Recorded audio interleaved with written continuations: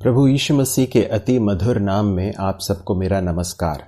Grace ministries द्वारा संचालित इस शिक्षा कार्यक्रम में आपका हार्दिक स्वागत है। हम आज से बिब्लिकल एंथ्रोपोलॉजी का अध्ययन आरंभ करने जा रहे हैं। एंथ्रोपोलॉजी शब्द दो शब्द एंथ्रोपोस एवं लोगोस के मिलने से बना है। एंथ्रोपोस का अर्थ है मनुष्य एवं लोगोस का अर्थ है ज्ञान।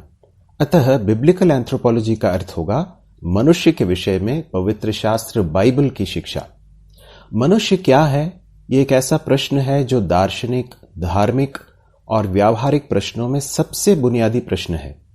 भौतिकतावादी कहते हैं कि मनुष्य केवल एक शरीर है। आदर्शवादी कहते हैं कि मनुष्य का शरीर एक विचार के अलावा और कुछ नहीं है। व्यावहारिकतावादी कहते हैं कि हम भौतिक, अभौतिक के बारे में कुछ भी नहीं जानते हैं, केवल संबंधों को ही जानते हैं। इन सभी विचारों से जुड़े हुए कुछ अति महत्वपूर्ण सवाल हैं, जैसे कि हम कहां से आए, हम यहां क्यों आए हैं, हम कहां जा रहे हैं। इन प्रश्नों के अध्ययन के कई प्रयास मनुष्यों के द्वारा किए गए हैं, लेकिन मनुष्यों द्वारा इसके लिए ढूंढे गए उत्तरों की विविधता यह दर्शाती है कि इन महत्वपूर्ण प्रश्नों के बारे में वास्तव में मनुष्य कितने ही अनिश्चित हैं।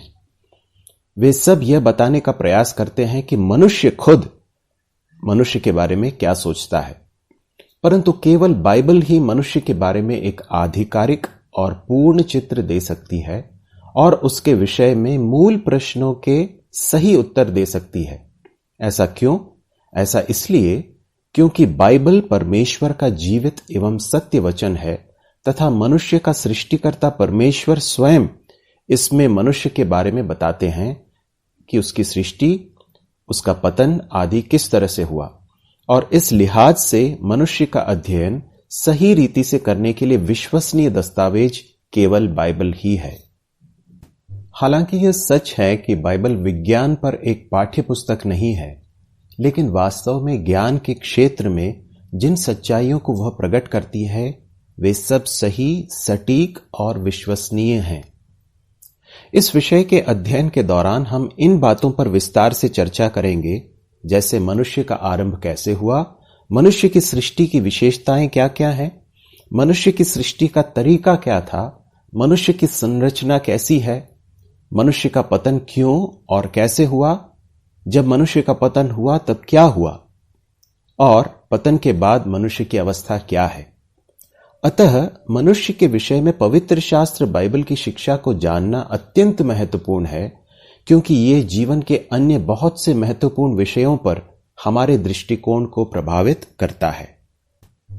तो यदि हम संक्षिप्त में बिब्लिकल एंथ्रोपोलॉजी को परिभाषित करें तो ऐसे कह सकते हैं कि बिब्लिकल एंथ्रोपोलॉजी थियोलॉजी की वो शाखा है जिसमें हम बाइबल के आधार पर मनुष्य के आरंभ, उसके पतन के पूर्व की एवं बाद की अवस्था एवं उसके लिए परमेश्वर की योजना के विषय में अध्ययन करते हैं।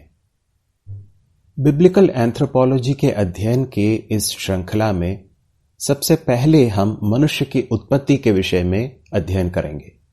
मनुष्य की उत्पत्ति के विषय में अलग अलग लोगों द्वारा अलग अलग तरह के विचार दिए गए हैं। मनुष्य की उत्पत्ति के बारे में किसी का दृष्टिकोण मनुष्य के प्रति उसकी संपूर्ण समझ और उसके दृष्टिकोण को प्रभावित करता है। उदाहरण के लिए, यदि मनुष्य विकासवाद का परिणाम है तो फिर पाप और एक उद्धारकर्ता की आवश्यकता के बारे में हमारे दृष्टिकोण को यह बहुत ही गंभीर रूप से प्रभावित करेगा। दूसरी ओर, यदि मनुष्य को परमेश्वर द्वारा बनाया गया है तो फिर मनुष्य परमेश्वर के प्रति जिम्मेदार और जवाबदेह भी है। इससे पहले कि हम मनुष्य की उत्पत्ति के बारे में परमेश्वर के वचन बाइबल से शिक्षा को समझें, हम मनुष्य की उत्पत्ति के बारे में चार ऐसी धारणाएं जो वचन के खिलाफ हैं उसे पहले समझने की कोशिश करेंगे। इसमें प्रमुख रूप से चार धारणाएं हैं। सबसे पहला विकासवाद, जिसे अंग्रेजी में एवोल्यूशन के नाम से जाना जाता है। दूसरा ईश्वरीय विकासवाद, जिसे अंग्रेजी में थीस्टिक एवोल्यूशन कहते हैं। और तीसरा है गैप का सिद्धांत, जिसे अंग्रेजी में गैप थ्योरी कहते हैं। और चौथा दिन और युग का सिद्धांत, जिसे द डे एज थ्योरी कहते हैं। इस तरह से ये चार धारणाएं हैं जो परमेश्वर के सत्य वचन बाइबल के खिलाफ हैं। हम इन 4 धारणाओं को एक एक करके विस्तार से समझने की कोशिश अब करेंगे। सर्वप्रथम हम विकासवाद को संक्षिप्त रूप में समझने की कोशिश करेंगे। विकासवाद का दावा यह है कि सृष्टि का आरंभ एक बड़े विस्फोट के साथ हुआ। न्यूट्रॉन एवं प्रोटॉन का एक समूह जो कि बहुत अधिक दबाव में था, उसमें एक बड़ा विस्फोट हुआ और उसके फलस्वरूप एक कोशिका वाले जीव उत्पन्न हुए। ये एकल कोशिकाओं के जीव क्रमशः लाभकारी उत्परिवर्तन और प्राकृतिक चयन के माध्यम से सभी जीवित पौधों, जानवरों और मनुष्यों के रूप में क्रमशः विकसित हुए हैं। ये जो सिद्धांत है, ये विश्वास करने में बहुत ही कठिन है एवं इसमें अनेक त्रुटियां स्पष्ट रूप से दिखाई देती हैं। इसके पक्ष में बात करने वाले इस तर्क को देते हैं कि मनुष्य की बुद्धि में जिस तरह से विकास हुआ एवं उसने सड़कें बनाई, गाड़ियां बनाई, मशीनें बनाई, ये सब विकासवाद का समर्थक है। परंतु यदि इसे हम समझने का प्रयास करें तो हमें यह मालूम पड़ेगा कि यह विकासवाद नहीं बल्कि उन्नति है, और इस तरह की प्रक्रिया को हम सिर्फ मनुष्यों में ही देख सकते हैं, जानवरों में नहीं। हम मनुष्यों के भीतर विकास और उन्नति देख सकते हैं, परंतु एक रूप से दूसरे रूप में विकास कहीं नहीं देखा जा सकता। और इसलिए यदि हम निष्कर्ष में कहें तो विकासवाद के बारे में कुछ बातें परमेश्वर के वचन के आधार पर जो समझ सकते हैं वो यह है। सबसे पहली बात, विकासवाद वास्तव में मूर्खतापूर्ण है। भजन 14 के 1 में हम ऐसा पढ़ते हैं कि मूर्ख अपने मन में कहता है कि परमेश्वर नहीं है। दूसरी बात, विकासवाद असत्य है। पवित्र शास्त्र यह सिखाती है कि परमेश्वर ही एकमात्र सृष्टिकर्ता है। यशायाह 40 के 28 में हम इस तरह से पढ़ते हैं, क्या तुम नहीं जानते? क्या तुमने नहीं सुना? यहोवा जो सनातन परमेश्वर और पृथ्वी भर का सृजनहार है, वह न थकता न श्रमित होता है, उसकी बुद्धि अगम है। तीसरी बात, विकासवाद झूठी आराधना की ओर ले जाती है। जब मनुष्य अपने सृष्टिकर्ता का इनकार कर देता है तो फिर उसका परिणाम यह होता है कि वह वस्तुओं का, सृष्टि की एवं अंततः अपने खुद की आराधना करने लगता है, जैसा कि हम रोमियो 1 के 22, 23 और 25 में पढ़ सकते हैं। वे अपने आप को बुद्धिमान जताकर मूर्ख बन गए और अविनाशी परमेश्वर की महिमा को नाशवान मनुष्य और पक्षियों और चौपायों और रेंगने वाले जंतुओं की मूरत की समानता में बदल डाला, क्योंकि उन्होंने परमेश्वर की सच्चाई को बदलकर झूठ बना डाला और सृष्टि की उपासना और सेवा की, न कि उस सृजनहार की जो सदा धन्य है। आमीन।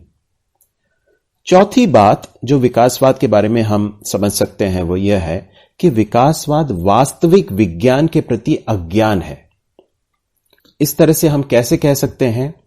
सृष्टि में निहित बुद्धिमत्तापूर्ण रचना जो डिजाइन है वो वैज्ञानिकों को सृष्टिकर्ता के बारे में समझ देने के लिए पर्याप्त है, जैसा कि हम रोमियो 1 के 20 में पढ़ते हैं, इसलिए कि परमेश्वर के विषय का ज्ञान उनके मनों में प्रकट है, क्योंकि परमेश्वर ने उन पर प्रकट किया है।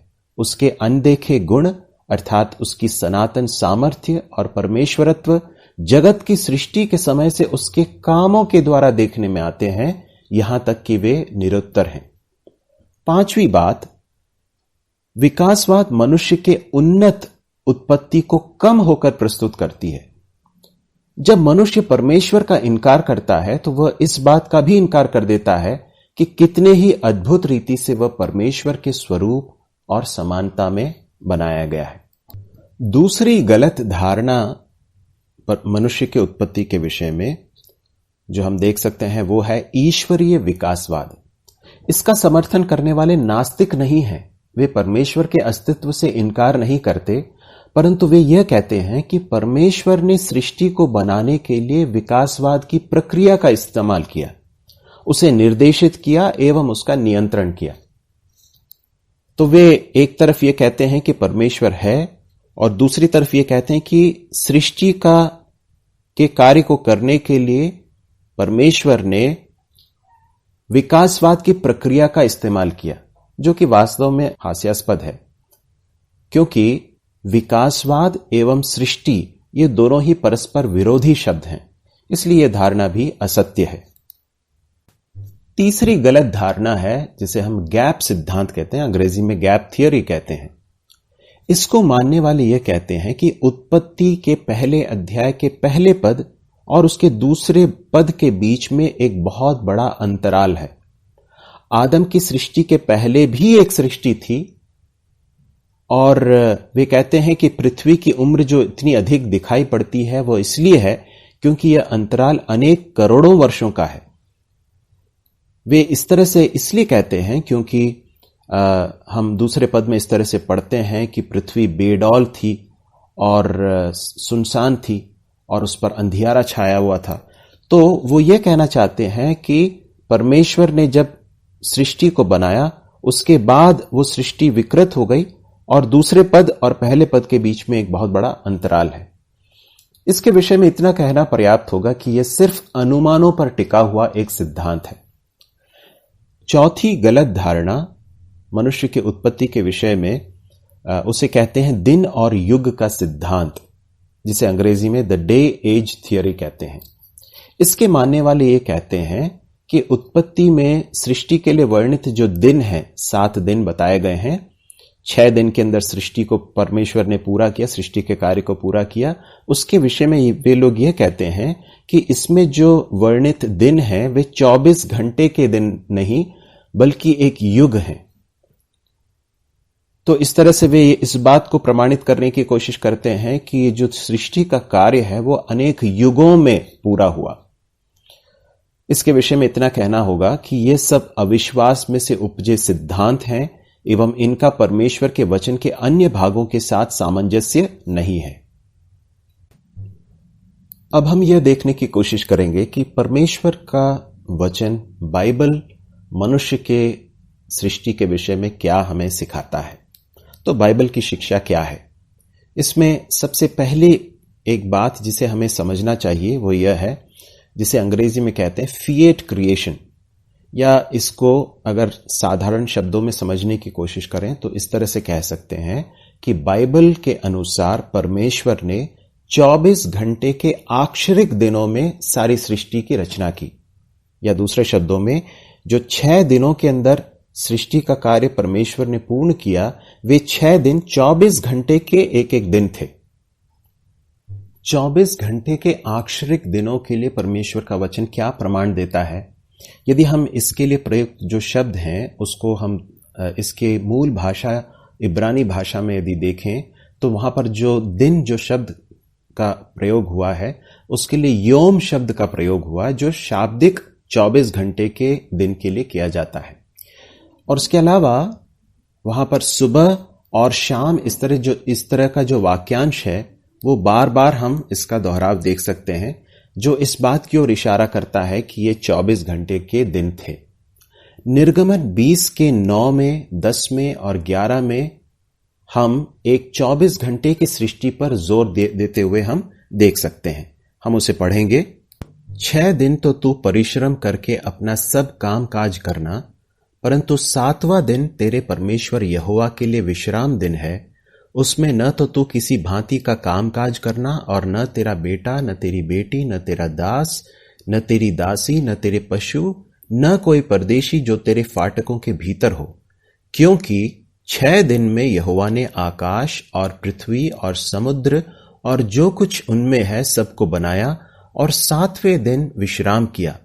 इस कारण यहोवा ने विश्राम दिन को आशीष दी और उसको पवित्र ठहराया।